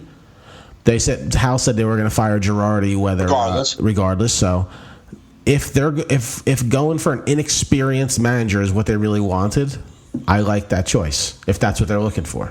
Right. I mean, I'm not like anti-Boone. I kind of think that they're looking at it as an organization. You're taking a team that's not even really done being built yet. There's still some guys down in, at AAA ball who are going to come up in the system. So if you're taking a fresh team, you give them a fresh, teachable coach who doesn't know shit either, and everyone learns the system together as a whole. Yeah. That's how I kind of look at it. Mm-hmm. And Boone was a Yankee, had that awesome hit. So you gotta, as long as it's a Yankee, a former Yankee, I'm always going to be behind it. That's the replacing Girardi after the season was going to suck for anybody. Yep. You know what I mean? It's just nobody wants that job. I mean, you do, but you don't. You know what I mean? It's like right. But I think it's a good team. I mean, yeah, and it's not even done being built yet. That's how good the team is, and it's still being built. According to I watch a lot of MLB TV, and like all these guys say like Brett Boone's like really smart and Brett Boone? I don't like Brett Boone. I mean Aaron Boone. There we go. Yeah, sorry. Anyway. How many Aarons are we going to have on that team? You got Aaron Judge, Boone, Aaron Hicks, Aaron Boone. Yeah. Apparently 3. And there's another Aaron that came up once. He was gone though quick. Aaron? Yeah, A-Rod. That would have been good though. A-Rod as the coach. I would have liked that. I would have liked to see that. No, go away. That would have been cool. No, it would have been awful. No, it wouldn't have. Yes. A-Rod is the coach. Absolutely. Come on. People were joking about it. They're like, Aaron Boone got hired. He's going to play basketball, hurt his ankle. Then A-Rod's going to become the coach. And then we won't go to the World Series again for a few years. Who else? I mean, too bad Mattingly's stuck in Miami.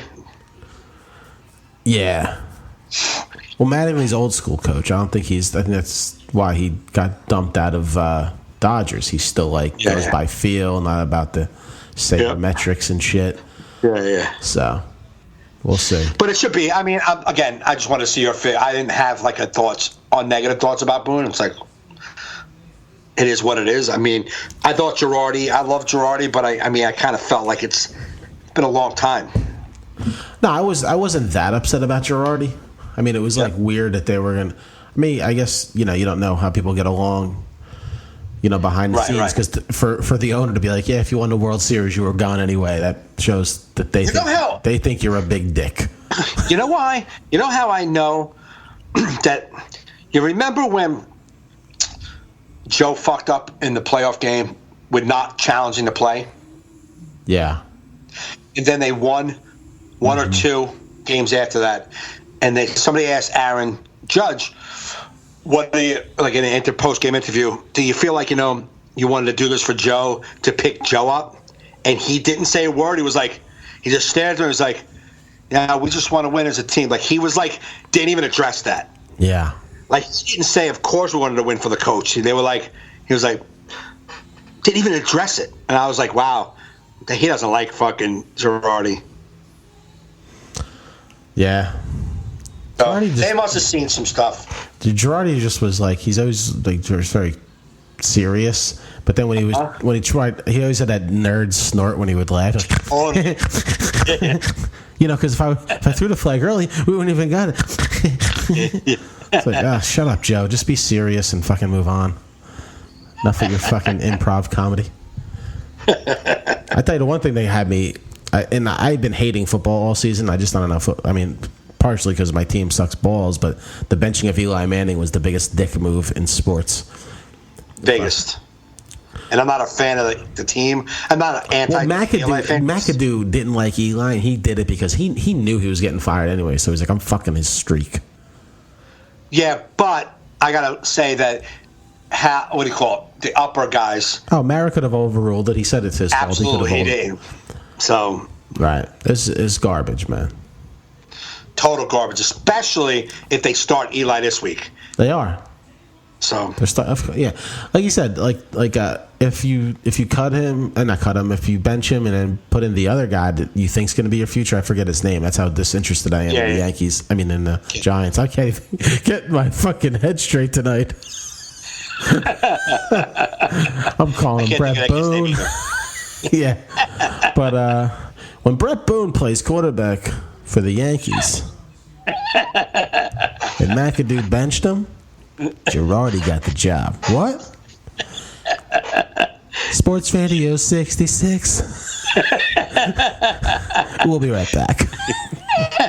Just confusing people.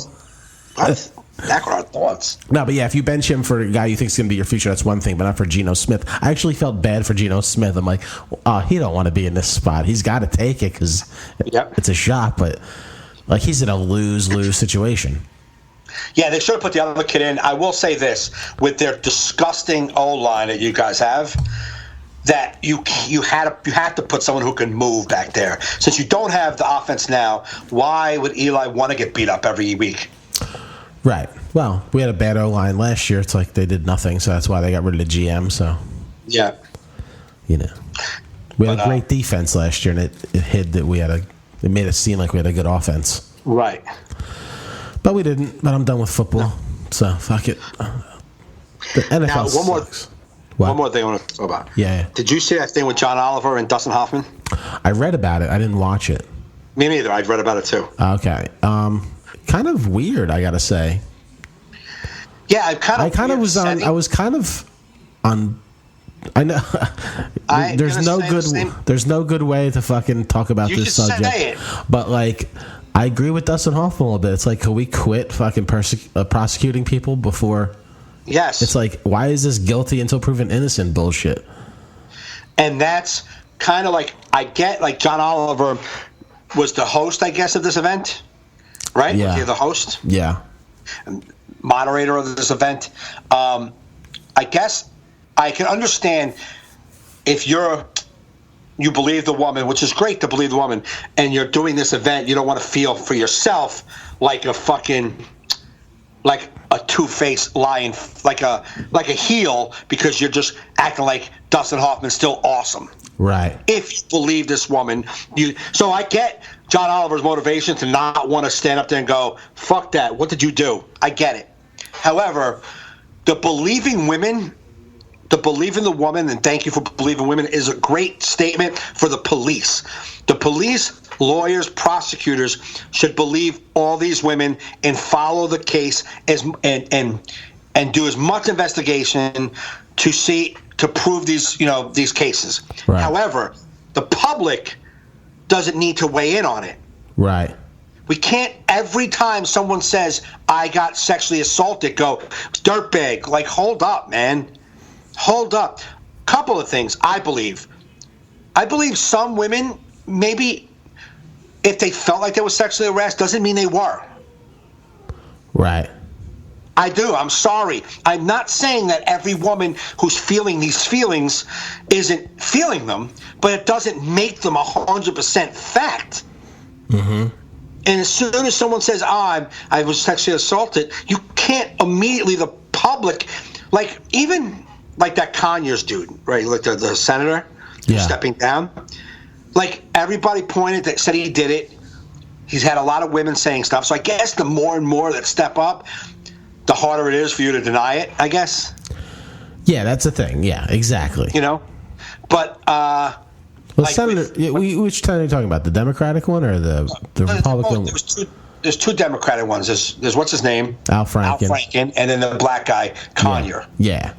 He just stepped down today. Yeah. But I guess it's because after a lot of cases come out, you're like, what, are you going to fight every one of these women? Like, you got to say, I fucking suck. I can't do this job anymore. Right. If one woman misunderstood you, that's one thing. But like 4 or 5, maybe it's you. Yeah, exactly. I'm 90% sure it's you. If that many women. Making that guy step down, making like a Weinstein step down, that's been, a lot of allegations and other things, and police, making him get out of fucking the business, and Louis admitting the multiple things he did. I guess you got to step down and get away from the public. You fucked up, right? But every case that comes out can't be tried and convicted through the public's eye just because someone said it. It's horrible. And I'm not saying Dustin didn't do this to 2 or 3 women. I don't even know. But it can't be publicly fucking tried. There's, like, you just can't. Believing the women is one thing, but immediately believing the women and damning the men off of just an allegation is not the way the system works. Yeah, unless you have like all that proof, like with Matt Lauer, with all the creepy texts and all the pictures and like, whatever. Again, 10, 12, 15 women start stepping up. You're like, holy fuck. Yeah. This dude's got a problem here. Yeah. You know what I'm saying? But like, I think Dustin has the one woman. I think one other woman is now saying he proposed, did something to her, proposition to her. Which, if you get multiple things up, but what's to say all these things that are being said? I believe the women. I believe the women felt the way they felt. But what's to say some of these circumstances weren't. Like, where is the line? If a woman feels uncomfortable, that's it? Is that the only line? I had lunch with two women I work with, and I actually asked that because I was like, all right, so you're working a job, and a guy that's a boss of a person above you. Right. You're both single, or whatever the case may be, and he's interested in you. So what's the line between him abusing his power or just trying to date somebody? He should not in right, but what? I believe that circumstance there's no line. He can't do it. You can't. Well, but there's been office romances for forever. But like what they told me, the difference is they said here, like if you try once and you say no, then like continually doing it is where the harassment is. Absolutely. But I guess the power. I guess if you're a boss and you're single, you just have to. Yeah. Yeah, you gotta find somewhere else. Okay, but what about not power? What about just coworkers? I think coworkers. I think it's the same thing. It's like why I don't flirt with comedian girls because that's not what they're there for. No, but I know people that met at work that have great lives. Yeah, but I would say probably there's way more that aren't. Now think about it. Your guy's at work and he's like, "Hey, what's up, girl?" Like, whatever. However he does his thing, and she's like, "Oh my God, this guy! I know he looks at me like that." And every day I got to sit across from him, and I know he looks at me like that. Yeah.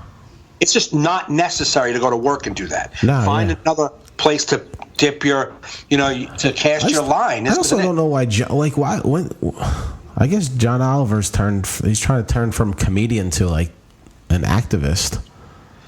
I'm saying why he did it that night is because he was on a panel, he was the moderator, and he didn't want to seem like a fucking, I don't know the right word I'm looking for. Like a heel is the only way I could think of it. Like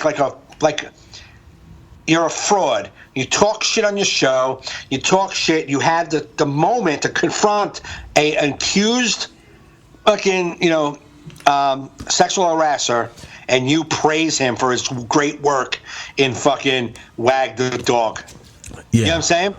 So he was like, I'm not going to do that. I'm not going to be a phony. I'm not going to be a phony and not address it here, but when I start my show back up in January, bring it back up. Right.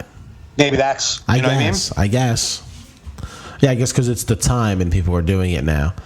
Yeah, he's going to talk about it. Because a lot of these people, like Jon Stewart, have been in Louis C.K.'s presence in the past, hearing of rumors and didn't be like, "Hey, about that rumor." No one just dropped that on him in a regular interview. No, not at all. Because it wasn't the topic du jour. Right, but also now it's out there. People are getting outed. It's not like a rumor about that. Dustin Hoffman, the woman accused him, came out publicly and accused him. So it's not like someone said, I heard Dustin try to bang a broad.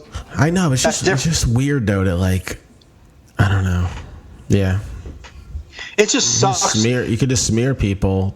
That's the problem, man, I have with it is that there's no chain of command here. Like, you have a problem, oh my God, I hope you get it taken care of. Not, hey, world, that guy tried to touch me, and that guy's automatically fucked. Yeah, it's odd because you can't even talk about it. You can see people are afraid to talk about it. You can't. It's the same reason why you can't go nowhere with race, because you can never give the other negative side any platform to talk about what they. You know what I mean? Right. And there's no honest discussions on things. Right. Because it's always let me just shut down. Yep. whatever, and it's I think you got to be uncomfortable. It's very much like a Facebook feed. It's like, fuck you if you don't fucking believe what I fucking believe. Right. You're a piece of garbage. Apparently there was something I heard like in a New York scene where like people were putting out on message boards like, don't any guy you see defending Louis C.K., don't book him on shows. Like these like produce shit. But right. like, but you're like, are you out of your mind? Like, so if guys are just having a discussion. Oh, if I have like an opposite opinion of what you believe, bro, man, I'm telling you, this country's getting weird as fuck with like everyone needing to be like on the same page, or like you lose your job or you lose your thing. It's like you can't even have an opinion or a discussion. It's fucking weird, man.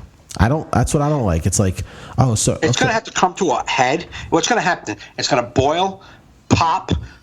Some messes like this, even like with all this sexual harassment. I'm glad that, again, I said this last week, I'm glad women are feeling empowered to come forward and say, this guy made me uncomfortable. This guy fucking tried to fuck me. This guy tried to hold a job over my head. I'm glad all of that is happening. Yeah. You know what I mean? I'm glad that's happening because it's gonna keep some of the teachable men in line. Yeah. The ones that are teachable are going to learn from this. Then there's going to be the crazy fucks who don't give a fuck anyhow. They're going to do whatever they want. That's not going to help that situation. But it's good that it's coming out. But I believe it's going to come out. It's going to help their cause, then it's going to hurt their cause, and then it's going to dial back to where it helps. Yeah. But I think it's going to help, and then it's going to hurt for a while.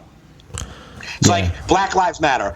It helped, and then it blew up, and now it's like swung over to anytime someone mentions it, it causes negativity, and it went on that end, and it's going to have to swing back to where it has to be.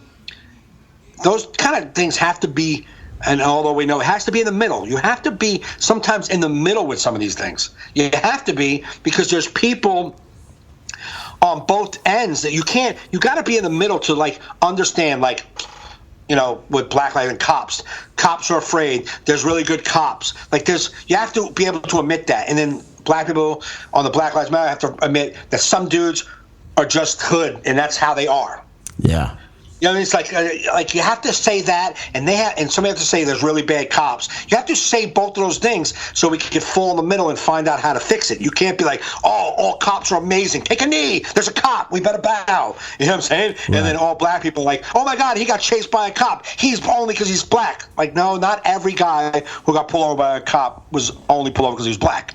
Some of them were doing crimes. Right. So you got to be able to say that. Yes, some of my people do crimes. Some cops are bad. A lot of cops are bad. We need to say that to fix it. We need to say there's some creepy motherfuckers who have no idea how to talk to women. And there's some women got to say, I'm a little too sensitive. Sometimes I take things too personal. Maybe there's some of those out there. Yeah. And then you say, okay, then now let's meet in the middle. What the fuck? How do we fix this? I don't know. Yeah.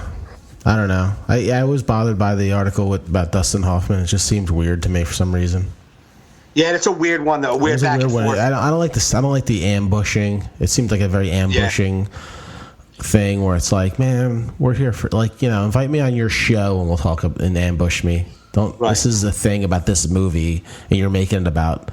It just was. It just. I kind of get why. I mean, if I was John Oliver. John Oliver's not a fucking reporter, man. He's a fucking comedian who does a fake news show to get laughs.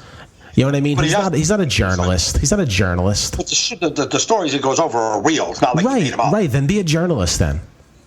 You know what I mean? Then be a journalist. But I think he's a smart guy. Right, but the event, it was just not the right place. I'm saying though is if I hired you to be a comedian. A speaker, the host, an MC. Be a little funny, introduce people, and you had to introduce a rapist that you knew was a rapist, and you had to talk to him. Well, then you don't take the gig. Huh? Then you don't take the gig if you don't want to treat him. You've already been hired, and you know that this is coming up, and then this allegation comes out, a week earlier. You're like, fuck. No, I would do what I did. I would do what I was supposed to do for that gig. I wouldn't turn it. I wouldn't make it a thing. But if you're doing your thing and you realize, man, what kind of a hypocrite am I? That's not what I was looking for, a hypocrite. That I'm just acting like Dustin Hoffman's the best actor in the world. when we know that these allegations are out there. I just feel like I would be a hypocrite. No, but you're not being a hypocrite. You're doing your job. You're doing the job that it's like when you go do any gig where they tell you have to do this and not that. You know what I mean? I get that, but I get why John is in a place that he can fuck up and maybe not get paid for that gig, but he could confront them. I just found it to be unnecessary. It probably is unnecessary, but I also understand make a little thing about it on your show. I don't know. But that's what he was going to do. To me, it was self-serving. I don't know. I just feel like he doesn't want to be a hypocrite. But I don't think anybody would have called him a hypocrite.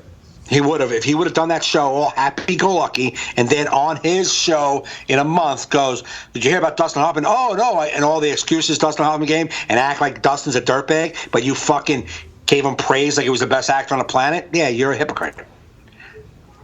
After you knew that the allegations but you're a hypocrite to be there anyway. It was about his movie. So by taking the gig, you know what I mean? So you obviously were planning this. Like, it's about his movie. You were planning this sabotage. You know what I mean? Like, if he really took the gig before, it's not like it's not us. Right, but how many times do people drop out of things once they find out it's honoring somebody that's did fucked up shit? You know what I mean? Yeah, I'm not saying that. You canceled movie premieres. You canceled things. I'm not saying that once. Maybe he thought, I'm going to do it. I'm just going to do the gig. Fuck it, like you did. I'm going to just do the gig. It's my job. I'm going to do the gig. Then when he got there, I was like, nah, fuck this. Yeah, well, I just think it was weird. I don't think he should have. That's my opinion. You know what I mean? Well, maybe hindsight, somebody should say he might go, you know what, I'm wrong place, wrong time. But I felt like this is why I did it. Still wrong place, wrong time. Yeah. But like I don't know if because he did the whole thing like because I believe the women and they all give him applause. Thank you. It's like but it's like come on, really, dude. That's give it up for the troops, man. No, I know. You know what I mean? That's like I believe the women is a great statement, but I just think saying I believe the women, I believe in the justice system is. So I prosecuted you in my brain, so I'm going to attack you on the anniversary of your movie that I took this gig for. So I'm going to make it all awkward for everybody. To do what? To get publicity. You know what I mean? It's like it's just I don't know. I like John Oliver. Just to me, it seems self-serving. He's not. It wasn't like there were 60 Minutes talking about like if on 60 Minutes they were doing a thing about Wag the dog, and like a guy, one of those guys hit him with it. To me, I get it's what different. You're saying. I get that you're okay with that. I think the reason why he did it is because he didn't want to be a hypocrite. Could he have not taken the gig? Maybe so. I'm assuming a lot. Maybe he went there totally planning on not saying anything, but said, fuck this, I'm saying it. Yeah. Or maybe he went there going, I'm going to fucking sabotage this, and I don't care if I get a paycheck. Or maybe he went there going, I'm going to use this to fucking get publicity. I don't know what all the reasons are. I can't think for him. I don't want to assume why he went there. Yeah. But, my point of the whole thing is I believe the women too, but I also believe in the justice system. I believe in like you make a complaint, and maybe there's some evidence that comes out, not just you said it. Yeah. That can't be the evidence. And I want to encourage every woman to speak out, but the only evidence can't be you said it. Right. Where are we coming to? You said it. That's it. Then I'm going to say, who's the richest person on the planet? Gates, Bill Gates. He put his finger in my asshole. Did it. I said it. Like, it doesn't make it real. It doesn't just automatically make it real. I better prove I was near Bill Gates and the motherfucker had an opportunity to put his finger in my asshole. You know what I'm saying? Like, I just think if I'm going to get any money out of Bill Gates, somebody's going to need to prove that this happened. And I don't think just saying it out loud is enough. I believe you. Let's go the right steps to take care of this. I want you to be taken care of. I think because of the statute of limitations, people can't bring these charges up on people no more, so they feel like, smearing them and ruining their careers is good. And I think it's good, too, for the creeps like Kevin Spacey and fucking Matt Lauer. Yes, please, definitely. But how often do you... And I want them to speak out to the top of your lungs. But how often... What is it? What is the like gauge for me as a person? Is it automatic? Yeah, apparently, you know. And I don't, and of course, I don't know Dustin Hoffman at all, so I can't be like, he seems like a good guy. It's like, dude, you know, an actor who, you know what I mean, Yeah. been in movies and does interviews, and you see a good guy. I have no idea who he is. You know what I'm saying? If you would have told me 6 weeks ago, Kevin Spacey, I'm like, he seems like a good guy. Every interview I see is always fun. You know what I'm saying? Mm-hmm. Like, oh, he's sexually predator. I did not know that. I didn't know that. So if someone says, you know, Aaron Judge, I love him. Oh, he tried to rape me. Fuck, I love Aaron Judge. Oh, that would break my heart. And I'd be like, oh, I hope this isn't true. But if it is true, I hope that he gets taken care of. You know what I'm saying? He gets put in prison. So, but I can't. Do I automatically go, he did it? Did it? The girl said he did it. Did it? Like, I can't. I don't not believe you, but I'm not going to convict. That's the point. Yeah. I believe you. I believe you have something you need to talk about, but I can't convict him based on you saying it happened. Yeah, that's what John Oliver did. That's what I had the problem with. Yeah. The problem was just accusing and convicting in your own mind because you believe. He goes, because I believe the women. And I get it. You believed her. But you can't convict him. No. Who do you think's next? I don't know. I feel like they're dripping these people out. Who would you, if you could pick someone you think would be a creep that hasn't been shown yet? I kind of feel this, and I don't want to play the political role. I kind of feel that if you know who I feel? What's his name? Bush. What's the kid that was in the van? That was in the truck with Billy Bush?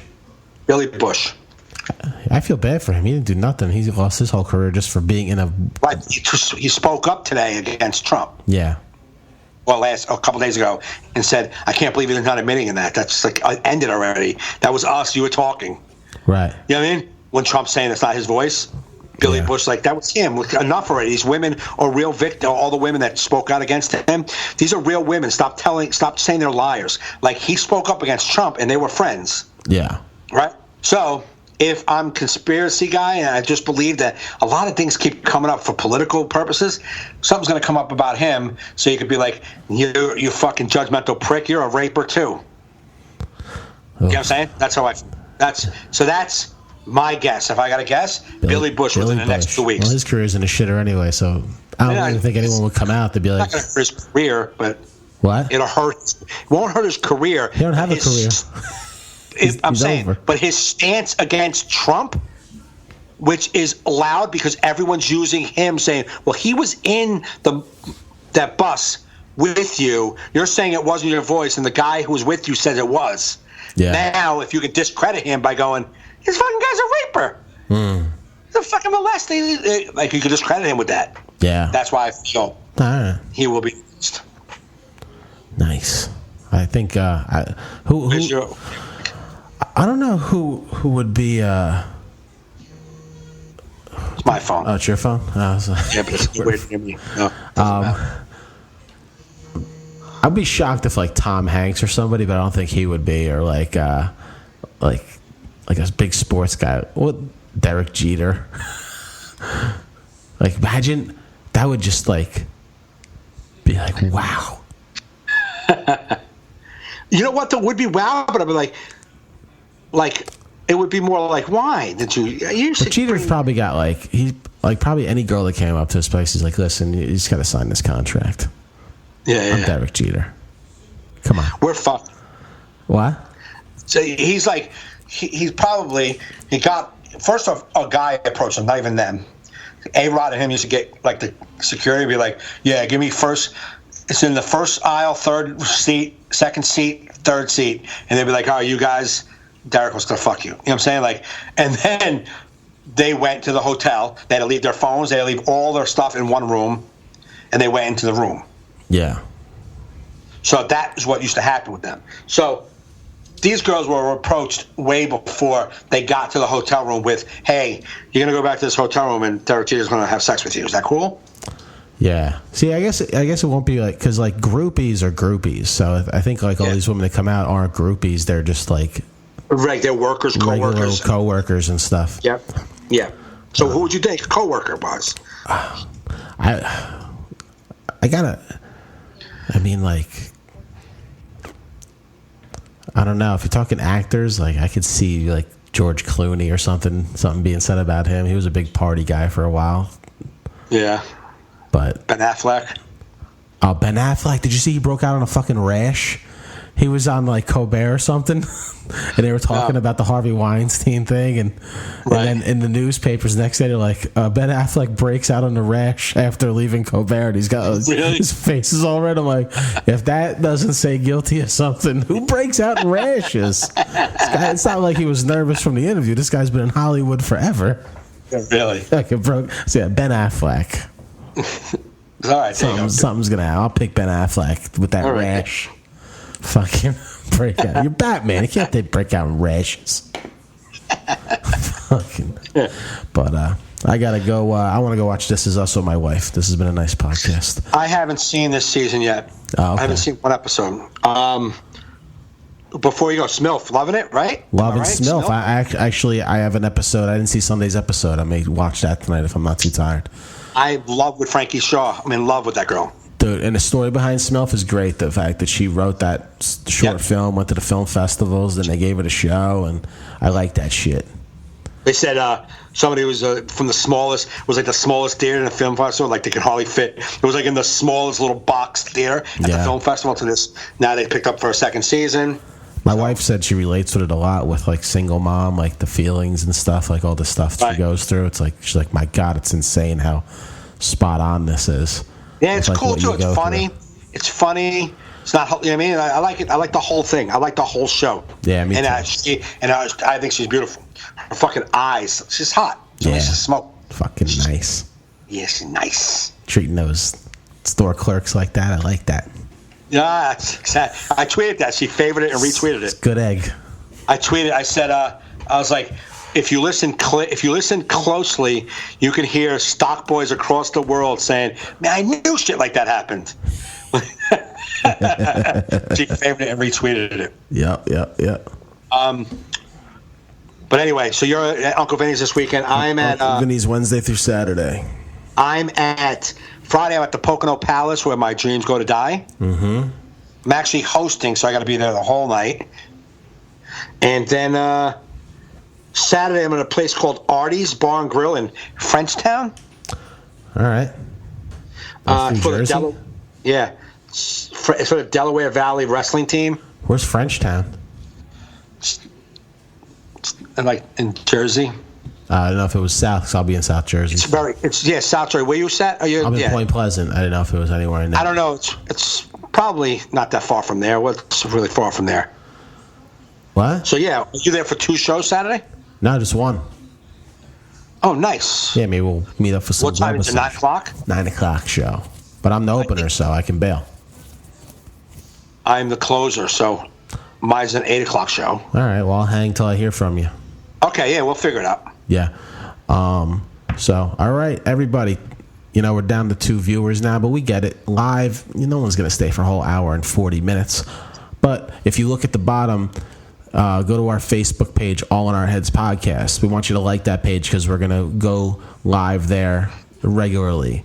But also, go to laughable.com to listen to our audio. You can go to the Laughable app on iTunes. You can go to iTunes, iHeartRadio, and you can listen to the whole show if you only got a piece of it. So, hey, everybody, thanks for listening. Thanks for downloading. You've been listening to All in Our Heads.